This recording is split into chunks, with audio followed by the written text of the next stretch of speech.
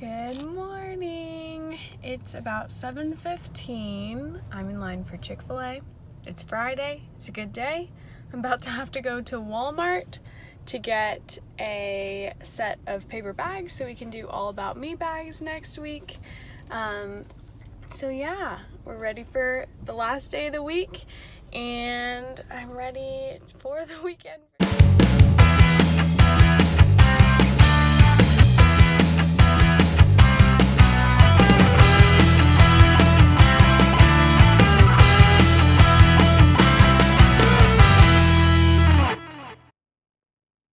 I don't know if this is happening to y'all, but it is week 1 and I already have one kid out with strep, one had 102 fever on Wednesday, one has a really bad ear infection, and many of them complained to me today about not feeling good, tummy hurts, head hurts.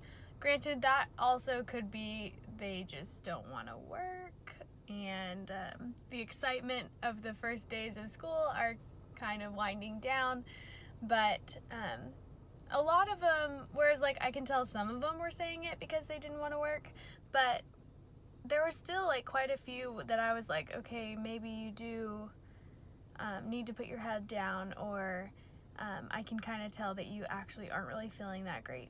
So I have been Lysoling and Cloroxing the tables, hand sanitizer like crazy.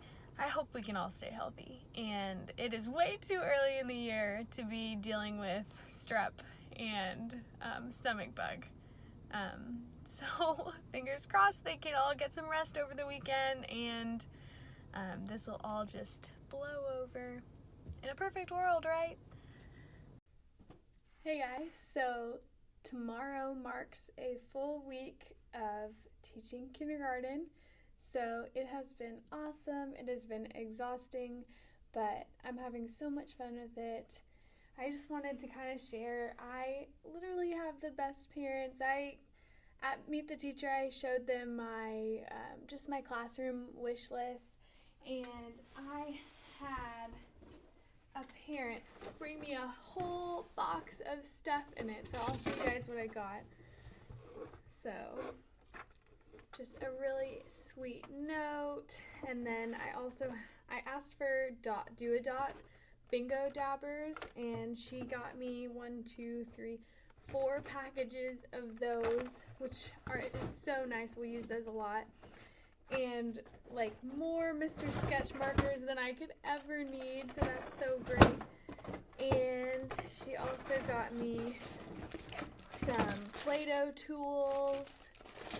And then I had another parent, she got me some paper plates, which I asked for crafts, as well as Band-Aids, and a whole box of cutters, cookie cutters that we can use for Play-Doh, and there's letters and shapes in here, which is super awesome. I mean, it has been crazy, but I love it. I hung up our first day of school pictures right there, and they were very excited to see those today. So I also added this to my classroom, and basically it's our voice level monitor. So if we're going to be on voice level 1, sorry, this is bright, we turn on voice level 1 so we know and we can reference it when we need to. It has worked really well. I also tried the Bouncy Balls website, and I wish that worked a little bit better, but it ended up being kind of more of a distraction than it was helpful, because then they found out if they clapped really loud or if they talked really loud, the balls would move really quickly, and they thought that was funny. So we probably won't be doing that again. But if you guys have any tips for a noisy, or not noisy, but they're very talkative, so if you guys have any tips for voice levels as well as those lights, let me know in the comments. We also had our first fire drill today. So it was supposed to be in the morning. We finally had it, and we happened to have it while kindergarten was at recess. So I'm not sure if it made it easier or harder, but it was much easier to get out to where we needed to be. However, I feel like they didn't really see what to do when we have a fire drill from our classroom, which is going to be very different. So hopefully next time we have a fire drill, it'll be during the time we're in the room, hopefully in the morning, because it's a little bit less chaotic. Guys, it's kind of like my centers location where I just keep everything, but I got it on Amazon. Can you see it? I got it on Amazon for $25 on Prime Day. It just got here, so it took a little bit of time to get here, probably like a month, but I mean, so worth it. So I have in here Play-Doh and letter templates, so they make the letter out of Play-Doh, and then I just trace it with an Expo marker and then erase it. My other reading ones, I got these from Lakeshore. They're alphabet locks, so you find the appropriate key. So this one you'd find the P for pig, and it should be able to unlock. So those have been a really big hit. And then these two are kind of just play centers, but I have blocks in this one and alphabet puzzles in that one. And then all my math centers right now are really just exploration activities. We're still not getting into too much academic stuff. We're just having fun and learning how to do centers. We started rotations today. We only did one rotation, but I mean, it could have gone worse, and we're getting there slowly but surely. Eventually, we're going to get into more detailed morning work and smaller grouping, but until we kind of get the hang of things, we're sticking with table groups for centers and morning work, just because it's easier for them to transition. It's easier for them to understand how it works because there's bigger teams. So one thing that I had in my morning meeting area that I'm actually not really liking that much is this weather chart from Target. It's proving to be kind of a lot of work to put these felt things on every day. Yeah, see, like they keep falling off. So I think I'm gonna find something different for that instead of, although I do like the way it looks, and I like that it's a circle for the weather because it kind of breaks up all the rectangles, but it's just not working. So I think I'm gonna change that. And then we did start jobs this week. So I have one line leader, one caboose, one door holder. We tried calendar helper, but we're not ready for that, so we're not doing that next week. And then instead of greeter, I made these before I started teaching, so like they aren't really what I need at the moment. So instead of it being a greeter, it's our lunch helper. So they take our lunch boxes down in the morning, and then the bottom one is vacation. So most people are on vacation. And then we started our morning message, and this is also something that I'm using for sight words. So we'll read it together, they'll repeat after me, and then we'll also, I'll have students come up and circle a sight word if they see it, so that's just more sight word practice for them. I made this during my student teaching and laminated it, but it has been really helpful. We go over it not every day, like every other day maybe, and it's been really helpful. So I'll read the prompt and then they'll read it back to me, and the visual really helps them a lot. So I'm definitely putting that up because Monday was a really hard day for us. The weekend we forgot a lot of the rules, so hopefully that doesn't happen again this weekend, but in case it does, we will have that up and ready so we can make sure we know how to sit on the carpet. Yesterday we did something so fun.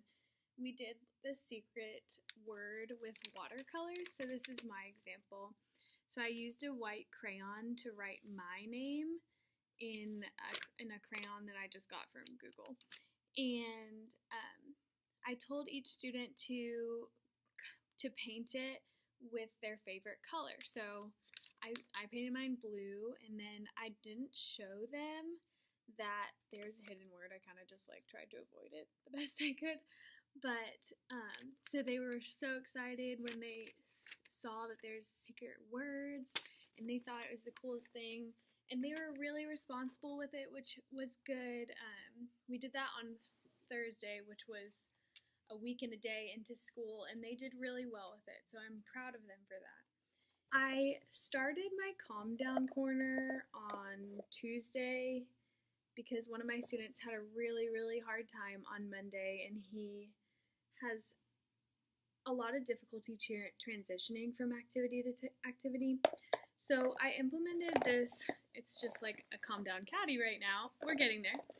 But it's worked so well. So I now have used it for 2 students.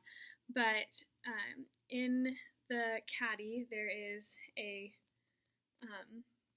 stress bear that I got from my one of the health fairs at my college. So it just says Baylor on it, and it's just a stress bear. So they can have that option. There's also this glitter pen. They're not really using it as a writing tool, but the glitter seems to be calming. As well as this worm. It's like bendy, and I think it's just like you bend it around. I don't know where I got this. And then another thing I have in here, these are called Worry Rocks. And my brother actually used them when he was younger. So it's just a rock, or a stone or a gem. And there's like it like concaves in. So you like rub it with your finger, and it's just supposed to be calming. And it really helped my brother when he was younger because he had a lot of anxiety at school. So they can choose from any of those. And then they have this timer. So as soon as this timer is done, I think it's probably about like 2-3 minutes maybe. And as soon as the timer is done, they know that they need to come back to the carpet or come back to their desk, wherever we are at that moment. And I mean, it has been so, so helpful with both of my students that have kind of had a few difficulties during the week. It's really calmed them down and put them back into the mindset of school. So that's really great. And then, so one of our behavior management programs school-wide is just called the Antler Way. So you can see right here. Our mascot is antlers. Our antlers, not deer, antlers. So our little program is called the Antler Way, and basically it's just procedures outside the classroom. So recess, cafeteria, hallway, bathroom, all those things. So my class actually got recognized at our morning assembly this morning that for being extra great at following the Antler Way. So that's been super, super awesome, and they were really excited about that. I was really excited about that. And we did, so I think what's been helping with that is my neighbor teacher right here, she's also kindergarten, so she does this little chant with her students that I've also started doing, and so it's just like, I can do the Antler Way, then they repeat, and then you just say hip, hip, hip, hooray. And they put their antlers up, and they do that one. We do it one loud and then one quiet as we're about to go out in the hall. And we say that a voice level 1 is okay in the hallway because we want them to be saying that chant to themselves if that helps them focus. So they've done really, really great with that.